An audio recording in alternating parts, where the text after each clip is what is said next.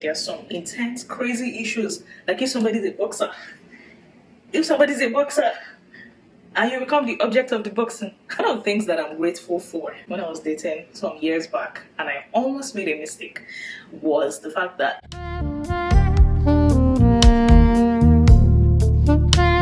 Hi.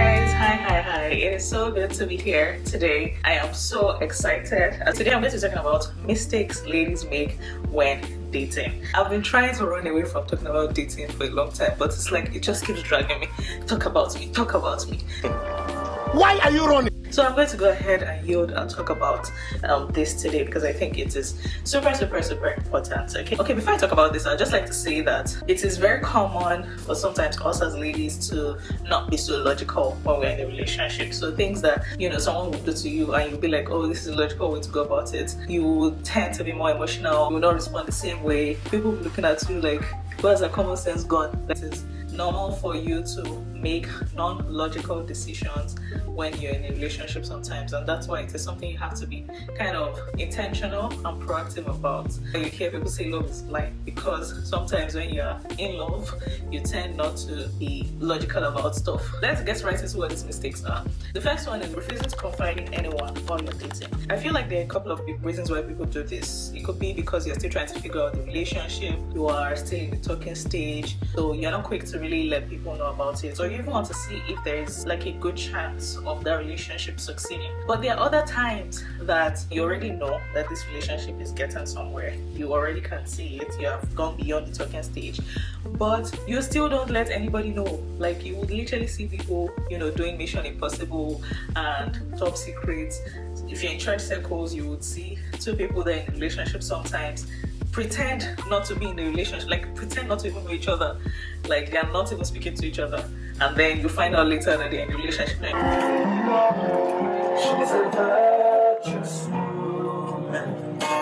And you're just like, really?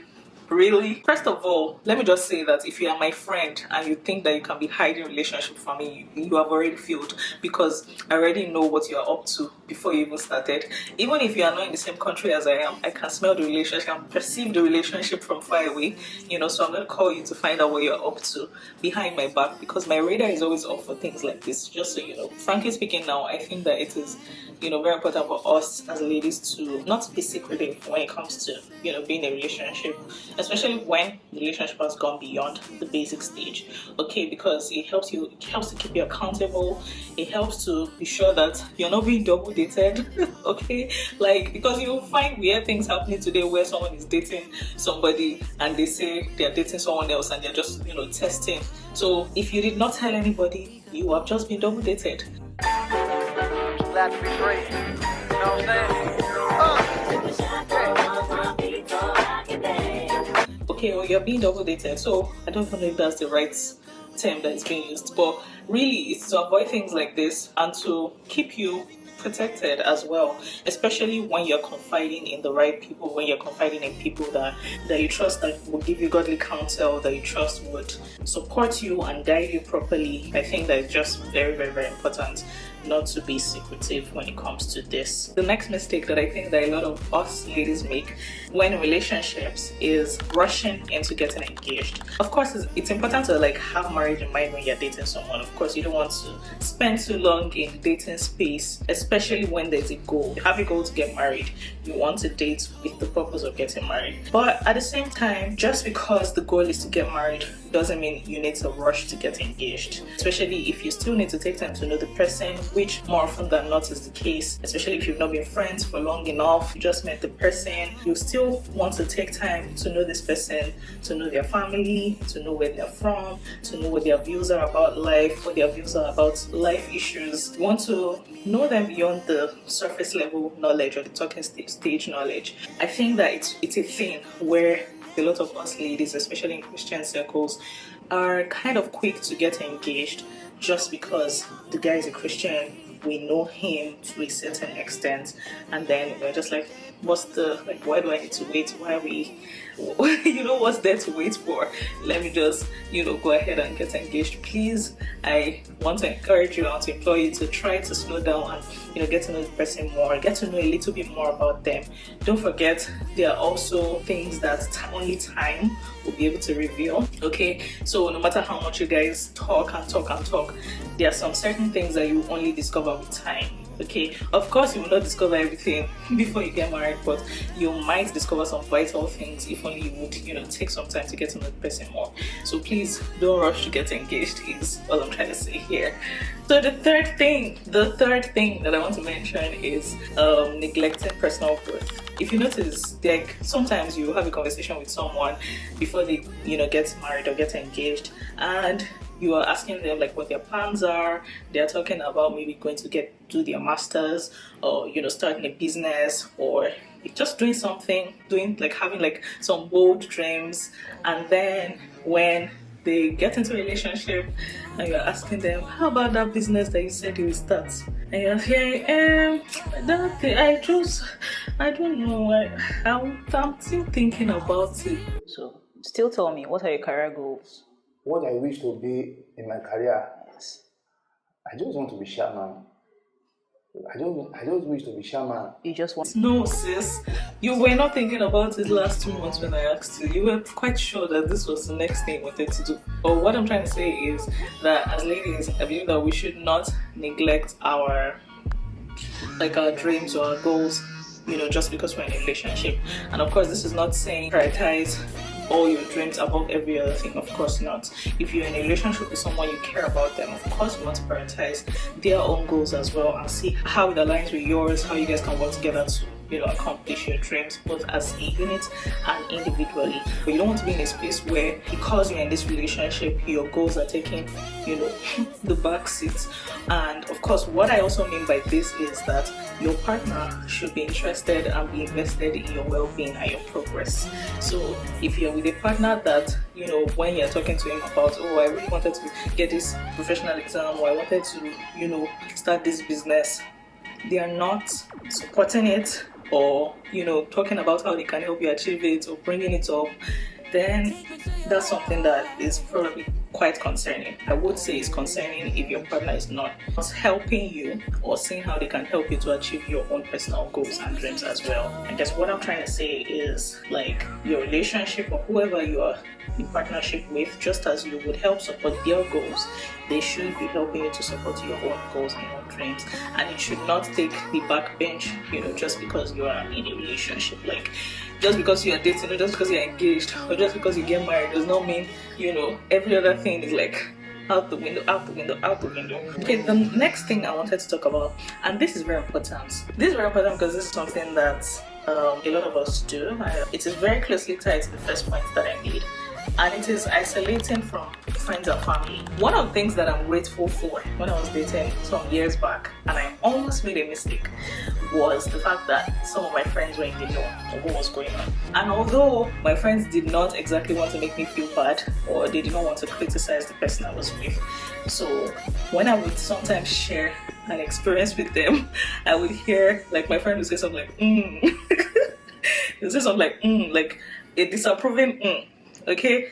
But for some reason, I, of course I was also blinded by love at the time, so I wasn't really taking the seriously, okay? And I'm thankful that I had that, because eventually, and while I, had to make a decision about the relationship eventually, those were some of the things I thought of as well. As much as possible, please, I'm going to re-emphasize the importance of having good friends and family that you can share your relationship with, that you can talk to about your relationship. Of course, this is not saying, oh, expose the person you're with everybody in your life, like tell them everything about him. Still, they should be in the know of the person you're potentially going to spend the rest of your life with. Get quality people into your life when you're in a relationship. Let the people that have your best interest at heart be in the know. Let them know what's going on. Okay, that if you're confused about something or a particular situation, maybe you don't have a clear head on how to handle it, talk to someone that you know, trust, and cares about you about it. You certainly don't want to make like a life impacting decision, such as being with someone for the rest of your life and make the decision only on your own, right? Without considering that you definitely have weaknesses, you have blind spots, you have things that you might not be seeing. Okay, that someone with a better perspective, probably more experience, might be able to help you with. The second thing I want to say about this is that you also want to be open to being questioned. Okay, you want to be open to being questioned about your relationship. So what I mean by this is, let people not be scared to ask you questions about, hey, what's going on? Are you sure you're fine? Are you sure you're okay? Is he treating you right? Have those people in your life that, you know, they can call you at any time and ask you what's going on. Like, I don't like how you were sounding. Are you fine? Try to be open to that. For example, like if someone has anger issues, or if someone is irresponsible with money, or if someone, you know, is like, people have different flaws, right? And sometimes when you're emotionally involved with the person, you might not see them as huge flaws. You most likely see that, hey, this is a problem, hey, you see that this is a problem, but you might not see it as a huge flaw. So that's why it's important to have someone that, you know, is not emotionally involved like you are and can see things a bit more clearly. Okay, I can let you know, you can share some wisdom with you in case you are not receiving wisdom directly from God. I'm going to read a scripture from Proverbs 11 verse 14. It says, "Where there is no counsel, the people fall, but in the multitude of counselors there is safety." And of course, please let me, for the purpose of, because I know I've been talking a lot on this video about, you know, talking to people about your relationship, but of course you want to be careful with who you're sharing, you know, this information with. You don't want to go to someone that is not going to be able to handle information well. You just want to go to someone that you're sure would give you quality advice, because ideally, if you have godly friends, they should give you advice that is scriptural. As a believer, your perspective of the world should be through God's word. So if you have people that are advising you about your relationship, then it is useful and it is helpful if it's coming from the word of God. Okay, so basically, make sure that you have the right people advising you. And of course, this counsel can also come from your parents, especially if they are believers. They can guide you in the right direction. Doesn't have to be one big mentor somewhere. You know, anybody that is probably even your siblings that are Christians can also help you. They can direct you, they can guide you. So be open to, you know, sharing things like this so that you don't have to make mistakes, because sometimes it's when we don't talk and when we don't ask questions that we'll find ourselves making mistakes. Ask yourself, who advises you, who is able to question things in your life. If you don't have those people, please try to have people that are doing that. Who knows you well enough to challenge your plans and decisions. When is the last time someone pushed back on something in your life? If you don't really have people doing this, then you might be more isolated than you think. So the next one I'm going to talk about is, drum roll, ignoring red flags because they are Christian. Ignoring red flags because they are Christian. Okay, let me flip my hair as I say this, because it is important.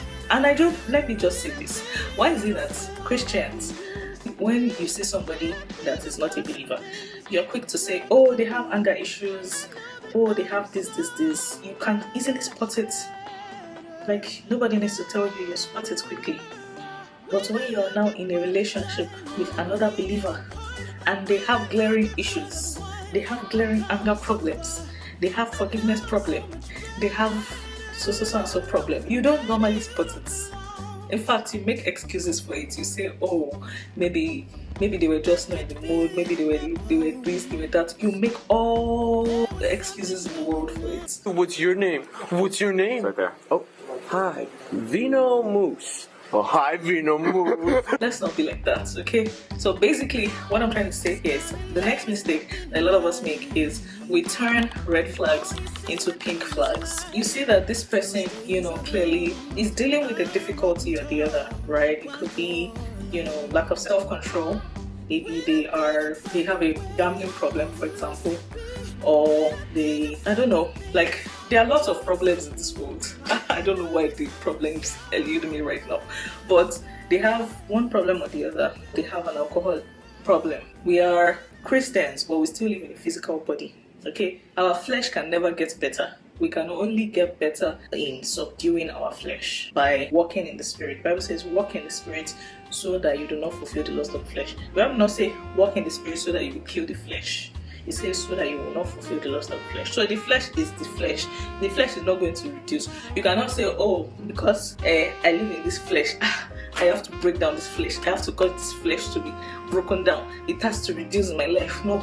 The best you can do is walk in the spirit so that your mind is subject to what your spirit wants instead of what your flesh wants. It is what you feed that will grow. If you feed your spirit, you would be more subject to your spirit. If you feed your flesh, you'll be more subject to your flesh. So what I'm saying in essence is that the fact that someone is a Christian does not mean that they will not have fleshly desires. They will not have, things that they struggle with.